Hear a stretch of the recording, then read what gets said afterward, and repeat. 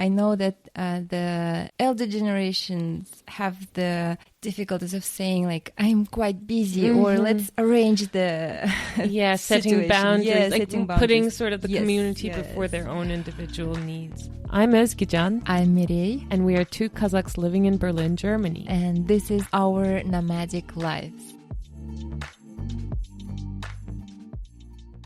Okay, Salim. Salim, қалайсың? Жақсымын. And we are back with our second episode. Yes, to talk about summer, the summer that has passed and the summers to come. Yes, and the summers that we had as kids ourselves, and to see what was there interesting in your European summers and my Kazakhstani summers. And I think this ties in really nicely with like this whole idea of migration and whatnot, because I mean, for us, summers were a time to get back to the family, reconnect with the families that my parents left behind in Turkey. We didn't have any relatives growing up in Germany. I had 8 weeks of summer holiday. And it was already short back then. Yeah, and my summer holidays were actually considered long for German standards because, you know, German schools have a 6-week holiday, and because I was going to a private school, we had 8 weeks of summer. Oh my God, you were a little bit deprived of summer.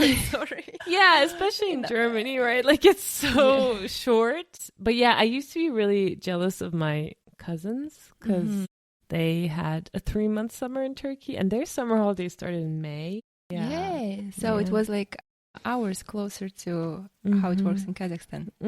I think so. And I think summers in general, it's important to Kazakh culture, right? Yeah. So with the migration to the summer pasture lands, and I think as a culture, we celebrated summer a lot, especially with Nowruz, like when spring started, and then the lambing season and whatnot. Yeah. The awakening of everything from the nature, and then that's the period of, it's very festive period, I think. And yeah, comparing to your summers, my summers had a whole 3 months of summer vacations, and it was also time to reconnect with the family, with grandparents, I think, because we lived in Almaty, but my grandparents from father's side, they lived in Semey, and I would be sent there.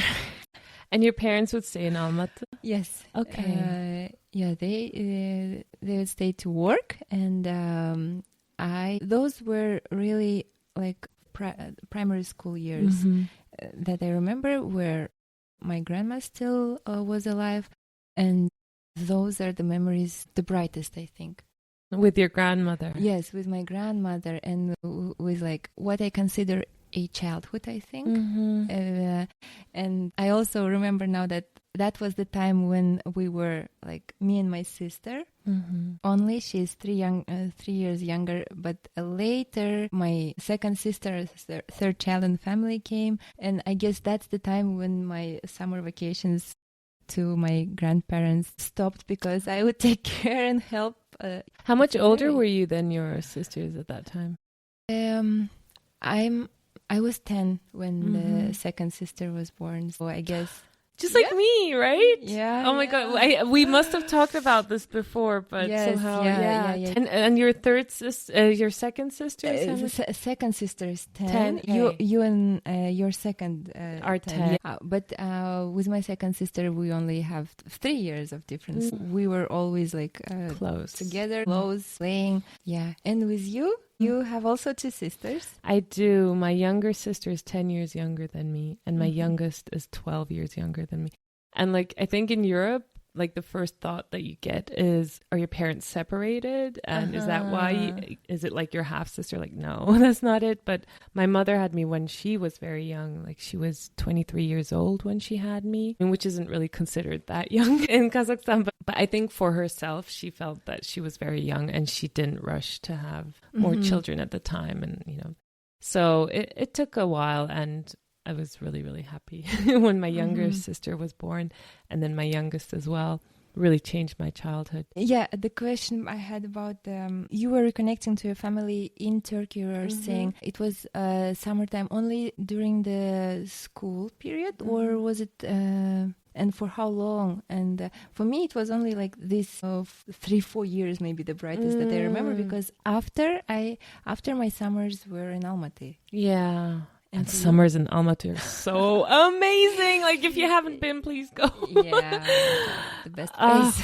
It's so gorgeous. So the thing is, and I think this is also very common, right? The grandparents almost taking on a parent role. And I mean, there's also the traditions, right, of like giving your firstborn to your mother-in-law and all this. But there is, I mean, that was like very pronounced also in my childhood. Like when my parents, sometimes they had to work, you know, we would also be shipped off to my grandmother in Turkey, which was fine. I loved it.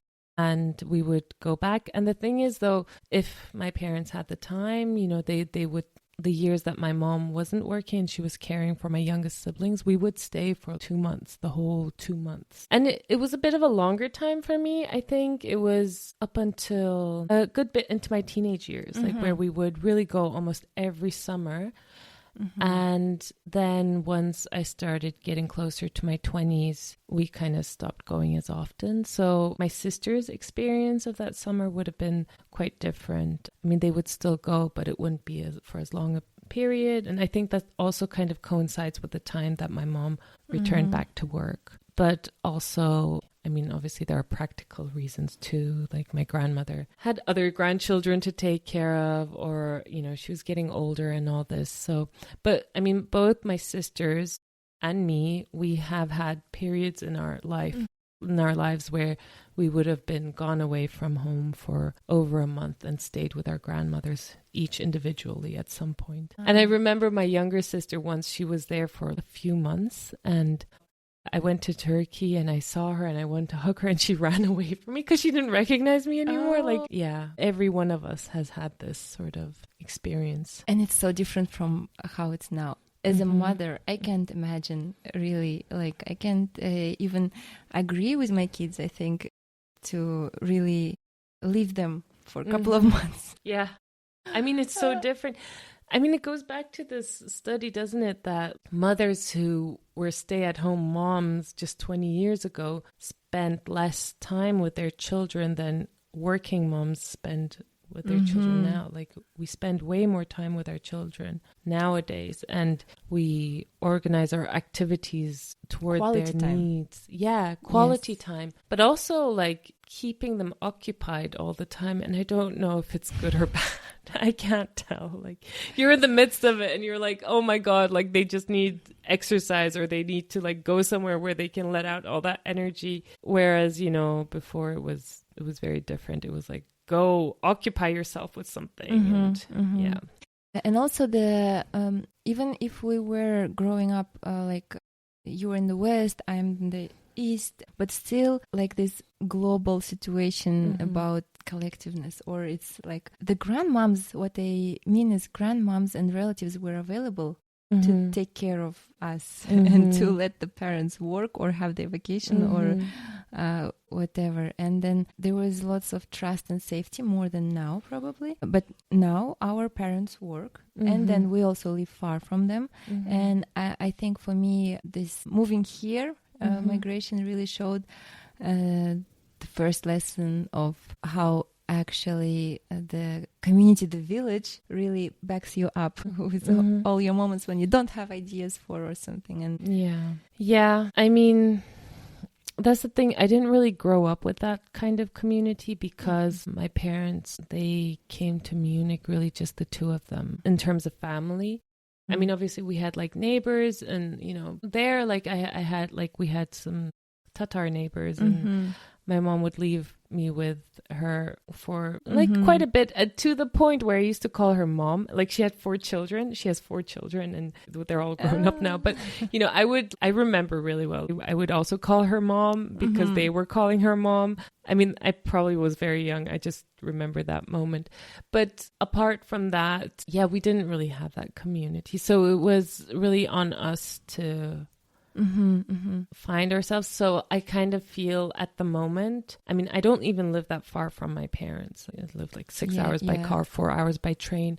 But I do feel like I'm kind of reliving the parenthood of my parents in a way that I'm pretty alone here with my children, save for the, you know, family, friends, and you guys, and, you know, I don't have that sort of, you know. Even if I would feel that comparing to you who have a family like approximately closer here in Germany or in Denmark, for us it's like this huge distance, 4 kilometers to travel to have the relatives. I would feel, I even guess, like jealous that that summer might be a little bit different. Like the kids travel and they can spend more time and easily travel to reach the relatives. Yeah, I mean, I'm just waiting for my daughter to get older so she can just jump on the train and go stay with her grandma.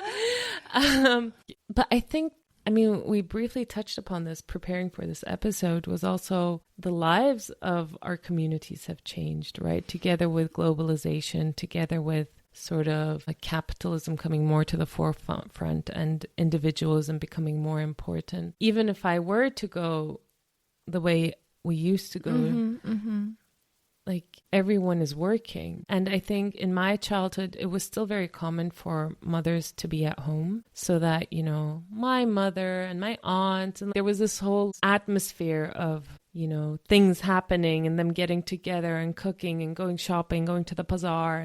But nowadays it's almost like, you know, unless it's the weekend, people just don't have time anymore. So I don't know if you feel the same way in Kazakhstan. In this term, I feel that you were more ready to be a European parent. Yeah, definitely. I think after seeing your mom and parents like both being on their own and then taking care for you, and then there is this period in the year when they have the help, and you know that's the norm. Whereas I grew up having really lots of help. Not me, but my parents. Now I realize they as parent, because I had my uncle, my aunts living next to us, and then there were always younger cousins of my mom who could come and live with us and help, and that's such a luxurious actually experience as a parent, I think. But that mentality also is really staying. I feel that it's staying on the way of us, my generation, millennials in Kazakhstan, actually taking over their role of parents and being like, okay, this is where I'm mostly on my own. This is where I should really embrace all this responsibility.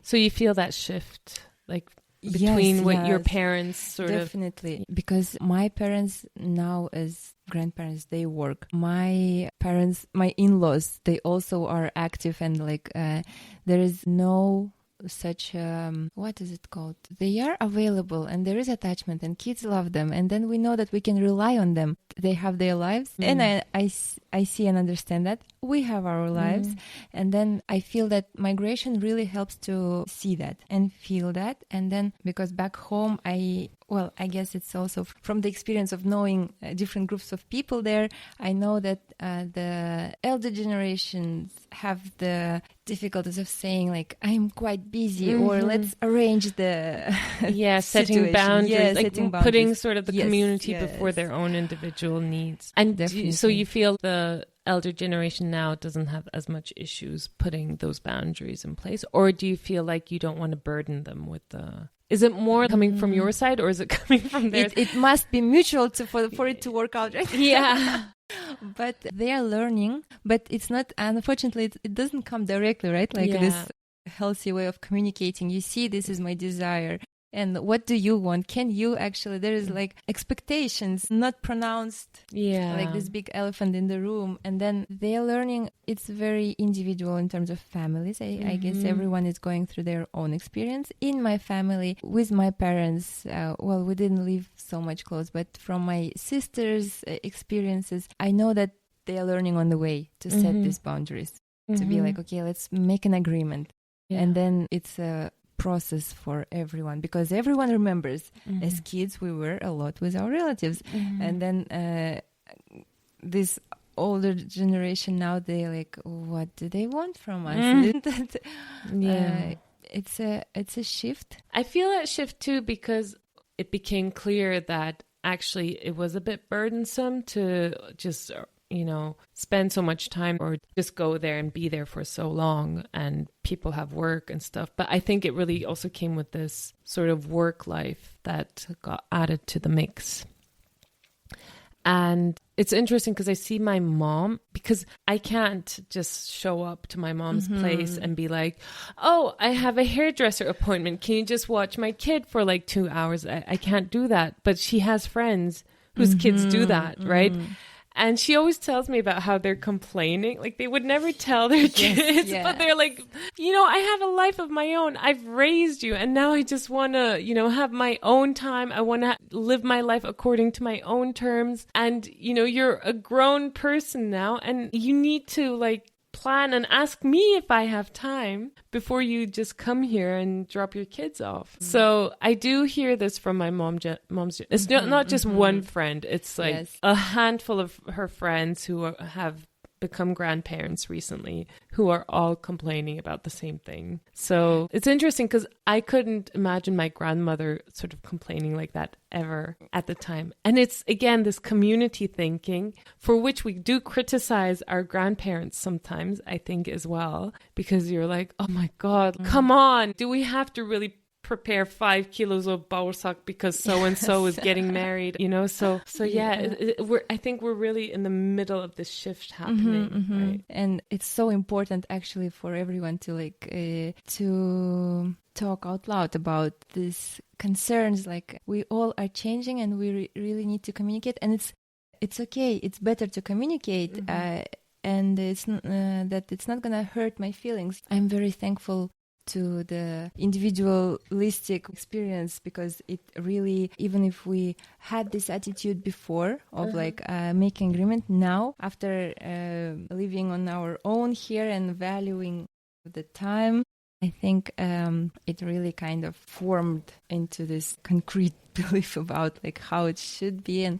But then tell me, how is this summer actually is different now? How was your summer now with your kids, and what is important for you to give in this summer? For me, I really want to visit my grandmother in Turkey. She's unfortunately been a bit unwell, and I've been promising her I'm going to come by and this and that, but it's just been bad timing. Like, I want my kids to kind of experience that air of being around there. Now they're like, for them, they're like a bit more distant cousins, but also Turkey is a beautiful place, but to feel that sort of love of the extended family and of my grandmother especially. Apart from that, I want their summers to be joyful, and so this year we did go to Turkey. We had a beach holiday, and it was because my mom insisted on it, actually, which is quite funny because she was like, you haven't taken the kids to like the beach, the warm beach. Last year we were in Poland at the beach, but it wasn't that warm. It's different. It's a different beach. But so she was like, you have to take them to the beach. You have to take them to Antalya or whatever. And I was like, okay. But it was fun. I mean, we were completely exhausted by the end of it, but... Oh, tell me about it. After vacation with kids, you need some more vacation. Yeah, you need like at least, I don't know, I just needed a week to get back to myself. But it was great. I think then we visited my parents in Munich for 4 days, and that was nice, but... Again, work, school. My youngest sister, she's finishing her master's thesis. My younger sister had a bunch of stuff she had to do for her PhD. Like, they were all very busy. So I miss that atmosphere of where everyone's just available. But my parents had time, so that was nice. And then we went to Denmark. And speaking of Denmark, I mean, you just mentioned that I'm probably more ready for this European type of parenthood because it's kind of what I experienced myself as a child. I had a completely different childhood. He had a full-on community childhood because... So Ayat is Kazakh as well. Özgecan's husband. My husband, yes. And his family history is that his great-grandfather... or grandfather, I might be mistaken, I can't remember, but he was an imam in Kazakhstan, and they were from Kızılorda. But during the Soviet repressions in the 1930s, they they had to flee because obviously religion was an opium of the people. So they fled to Afghanistan, and so his parents grew up in Afghanistan, and they moved to to Denmark as refugees in the 80s then. And his father is the middle child, and then he has an older brother and a younger brother, and then their parents. So they all moved together to Denmark, and they lived on the same street. You had really this sort of community, this aul almost, like made. And, you know, the women were mostly at home, and they would take care of the children. He grew up with his cousins, almost like siblings. So, and this is interesting because in Kazakh, you don't distinguish between your cousin and your brother. Yes, you use the same words for cousin and brother. So that's what he grew up in, and he really misses it. Like he's always seeking that community, and how can we be more involved? How can we, you know, bring our children more into this community where they don't feel different or other, because obviously they came to Denmark and they didn't speak the language. They looked really different, but then you need that sort of safe space where you feel like not an outsider. Oh, absolutely. Maybe that's what I struggled with as a child. Now that I'm thinking about like all this whole identity and who am I and blah. I mean, we had a community, but I don't know, maybe because it wasn't family, I didn't really feel that connected or close to it when I was younger. I mean, later on it changed. When I was a child, I really did feel isolated and alone and very different. Oh, yeah, it's very... I feel that Ayat's childhood, even if it was in Europe, it was very much like mine in Kazakhstan. And you grew up with your cousins like siblings, right? Yeah. Yes, and then there is no really... We were easy to reach. Summers, we were spending time together, but also now as a parent, as a migrant with kids, I also feel that was such an enriching space for the language practices, for culture. You don't need to create anything. You actually have this small village to practice everything and to show, not to be explaining from the books or from finding it and searching. And that's really something that we take for granted. In Kazakhstan. And in Kazakhstan, and when we live in our community, sometimes even it gets to the point that there's a little bit too much of celebration and everything going on. Oh my God, I really need to escape from all of this happening. But that's a pity. We also talked about like those simple things that actually make up and build up little by little our values, even if we at the moment feel overwhelmed, irritated by that. But then that's the things that we miss. And that's the things that when you feel yourself so accepted and we say in the best traditions of toys, when you can really get lost in this big wave and like crowd of people, but still be so safe.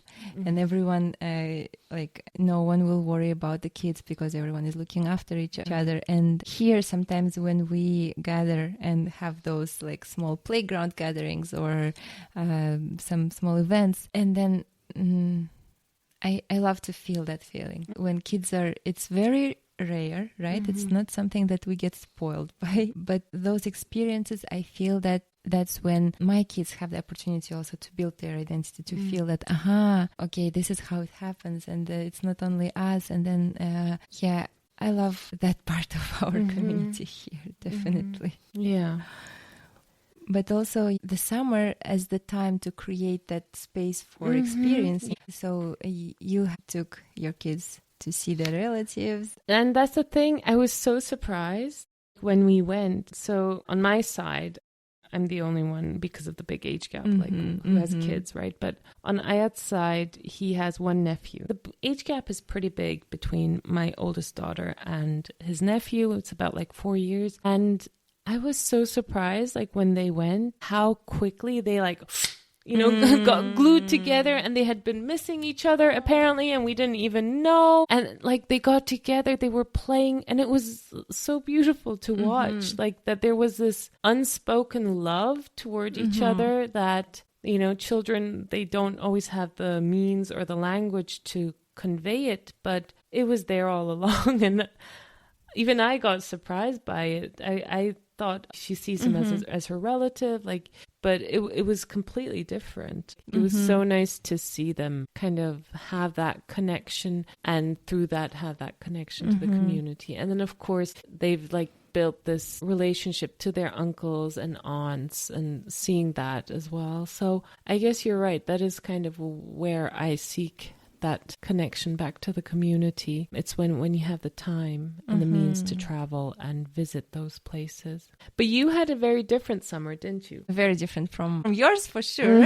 Yeah, tell me. And very different in terms of our summers here. It was our first summer after moving to Germany, when we didn't travel back home to Kazakhstan. It's just because we're going to have trips happening this autumn, and then we just arranged it this way, financially also. But it was interesting. I feel that it's showing some better level of integration, if I can say. Yes. We stayed here, and then we still had summer with a Kazakh taste. Like kids have their summer camping memories, but it's so nice that we have here the families with the same age kids, and we arranged the trip to the seaside also, and we for the first time tried the camping experience, the caravan experience. The caravan was 2 years ago. Then we tried before we also tried the camper van. The house on the wheels. And this year, for the first time, we tried actual tents. Really? Yeah. I didn't even know that. Yeah, it was actual tents. And then we traveled to Croatia, and then we stayed at the beautiful camping resort. It's very much like the hotels in Turkey, but only instead of the rooms and hotel suites, you have your campsite. But other than that, did you have like huts, or just you were in the tents? We had the places for each tent, and then big space where you could arrange many people come there apparently for a couple of months, even the months. And then they set up very big like bedroom spaces, then the living space, and it's so beautiful.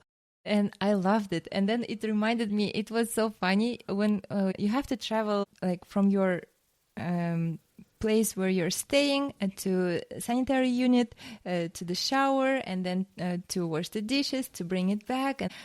And it's very much like when I traveled to Owl, to my Appa in the summer, and there's the yard where she has everything. Like you have to travel and make it on your own. For kids who are growing up in apartments where everything is just available and set up for them, I think I found the way to teach them. I'd probably not survive there, to be honest, because I grew up in an apartment. Oh yeah, it's gonna be challenging. Yeah, no, but just on that point, you're a much better integrated European than I am. I have never been camping in my life. Oh my God. I mean, I think I went when I was really young, but we went in Turkey. I do vaguely remember something like that, but both me and Ayat were not interested in that. I just want someone to cook for me, and that I don't have to do it when I'm on holiday. I just don't want to do any. I don't want to cook. I don't want to do anything. And because you're already, I mean, I always admire your energy at Mere, but already, with I have 2 kids. You have 3 kids. Yes. Just organizing their day, going through the day with them, already that's so much physical work, and, a lot of negotiating, a lot of, I don't want to do this. And it just drains me so much. Sometimes I'm so overstimulated. I'm a complete introvert. So it really takes energy away from me. I want to do it one day, but I want to do it one day where I know, I feel safe. Maybe I need to do it with you where I feel a bit more courageous. Oh yes, definitely.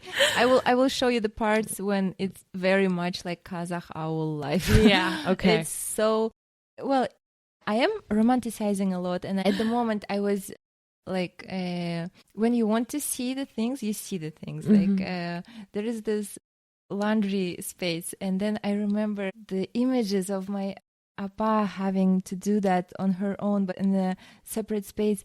As an adult and a mom myself, I feel now how actually hard that life was, when every day you have to do it all alone and with your hands. You are just, how is it called, like fully taken by the tasks.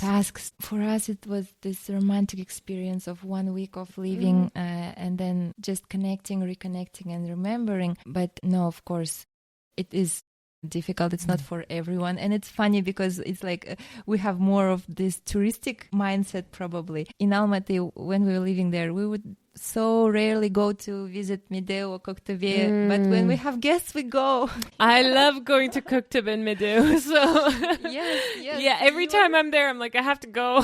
Yeah, because you're the tourist, the tourist, and you know that this time has the ending. Yeah. And then for you here, the home, and you know it's not going to escape anywhere. Yeah, but I do try to be more like, you take it for granted, but then who knows how long you're going to live and how much you can then manage to see in that time. And one important thing, interesting thing about this summer here, we have this summer period is also time of reconnecting with relatives. We had my mother-in-law visiting and her sister, so some relatives were coming. And then this is interesting, I guess, about when you are living far from home. And then your relatives come to visit you. They live with you.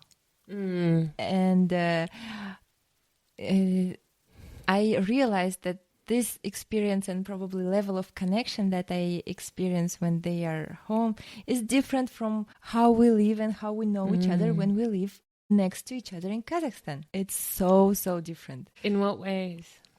Do you feel like it's closer, forced proximity, or do you feel like you have more space at home? Or no, definitely it's closer, like forced proximity, of course. And oh my God, when you have one bathroom and you have like more people, and then you actually, when you leave, I know the point is that I feel that now I know the people a little bit better and closer, and they know me. But when we leave back home in Kazakhstan and we see each other for events for 3-4 hours, and then we go everyone to own houses, we never spend nights together. Yeah, that's different. And also the roles, when you are the daughter-in-law, gelin, or like you're always doing something and you don't really connect, you don't have time to actually to be like, okay, this is what they like and what do you like. Let's just small talks. Did you have a lot of that this year? I feel that. Did you get to know your mother-in-law better, you feel like? Yeah, we spent like a whole morning date, two of us. But we wouldn't do that. We wouldn't have to do that in other circumstances. But here it's only us, and when like my husband is working, and then with Madi is my husband, his cousin also. I feel that I'm grateful for this experience, and I feel that as if now we know each other better, and that connection wasn't really available when we live really like 5 minutes from each other in Astana lived. I wonder how it was back in Yurts and close, but everyone had their own, kizu, right? So, but then you were always working together as women, right? The women were they always had to be in contact and exchange. You mean in terms of like actually if there was this deep connection or no? From my experience, I feel that whenever we have shared experience of doing something together, that's the process of actually getting to know the person, not just this arranged celebration situation or whatever. That's true. See, I can't compare it because I've only ever been away. Like I've only ever gone to know my mother-in-law through staying at her house or her staying at my house. And I do feel like over the last few years we've gotten quite close, especially cooking. Usually I cook when she's here, but if it's something like making manto or something, then we together sit down and do it together, and then you give tips to each other, and I feel like that really deepens the connection somehow. And we do have really nice conversations now, like when we're just alone in the evening or something's going on.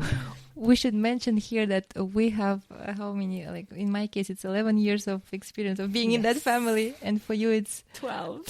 So it didn't come right away, No, right? it takes a while. It takes a while. And it's really interesting to see this process, to actually experience it differently. And in this term, definitely living situation, close or far away. When you see each other only for this couple of weeks, in this half a year or year, you value it mutually differently. Yeah, especially I think things shifted a lot after we had kids as well. Because something about having someone love your kids almost as much as you do, and probably does. I don't want to say they don't, but they probably do. I think that deepens the connection as well. Yeah. This unconditional. There is a person to whom we both wish. Yes. And in front of whom we both want to be the best of us. Yeah, definitely. And it was so cute because she called Ayat the other day and I was like, what's going on? And he was like, yeah, apparently there's a virus going around. And she was like, be careful with Danya. Like, he doesn't catch the virus. Don't take him out too much and this and that. It was so cute. Yes. Yeah.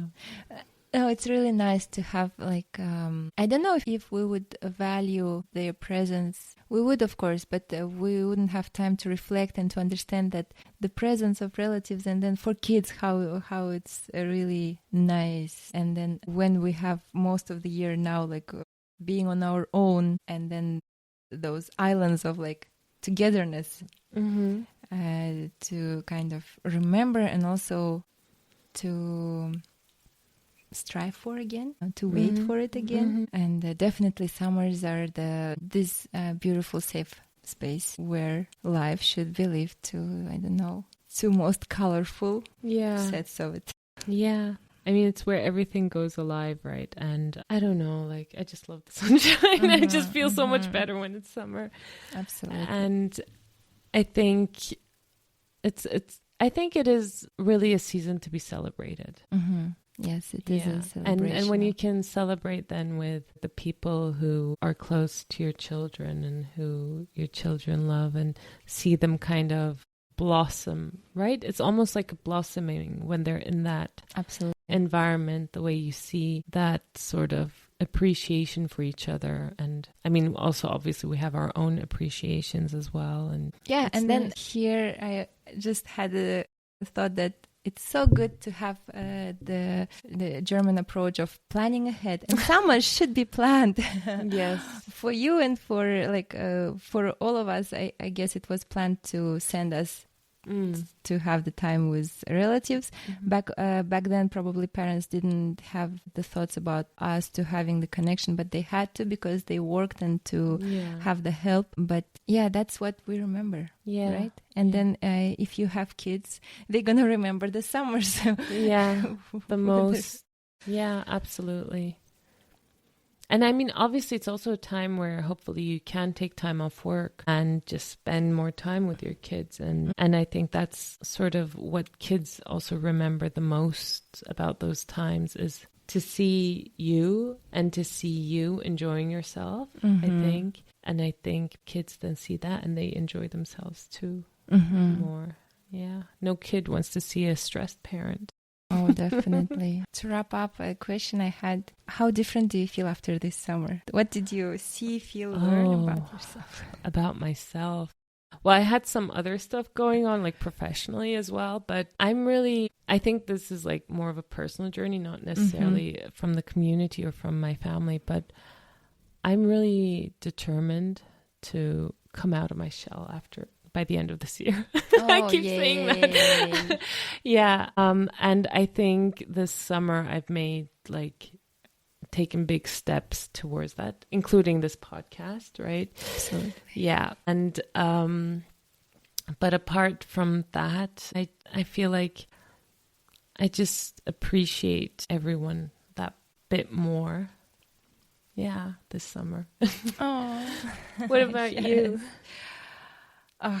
For me, the summer was a beautiful one, but also more from my personal perspective, because I finished my studies and it was my first summer apparently after this 3 years of moving we had to settle the first one, second, and third summer. I was a student this whole 2 years. I didn't have really like summer of actually just being curious and playing and joyful summer. And then this summer was this joyful summer when I get to feel and actually enjoy like the owl style camping, the family, the kids. We were only us, the kids, and we didn't travel back home. So I think I felt the responsibility of me and the responsibility, but also the ability of me for creating these memories in the spaces. And yeah, I had enough of like the good juicy summer and felt how I missed actually to share, to give, to work, create. Then I feel that summer is probably the time of watering like yourself and whatever you believe in, and then comes the season of harvest. So I feel that I had lots of brewing, growing inside, and then coming to feeling with my body and my soul that I want to finish this some of the integration steps and to work to create more. To share, to give to people more. It's beautiful. See what it brings us. Let's harvest. Here we are. Yes, let's harvest. But that sounds a bit like, I feel like we're on a similar journey then, in a way, right? Yes, absolutely. And somehow we always come back to this, like so many similarities and yet so different. Yeah, thank you for sharing your beautiful summer. Yeah, thank you too. We hope you all had a beautiful summer. Please share the stories about your summers or whatever thoughts you had, and if you have questions. Yeah, and if you like this episode, follow us. We also have an Instagram page at Our Nomadic Lives. You can follow us there, and we look forward to sharing more about our stories. Thank you. Bye. Bye. Audio and post-production is made by Özgecan. All visuals prepared by Mere. Our theme track is prepared by Desh. The podcast was filmed and recorded in our home studio. Thank you for listening.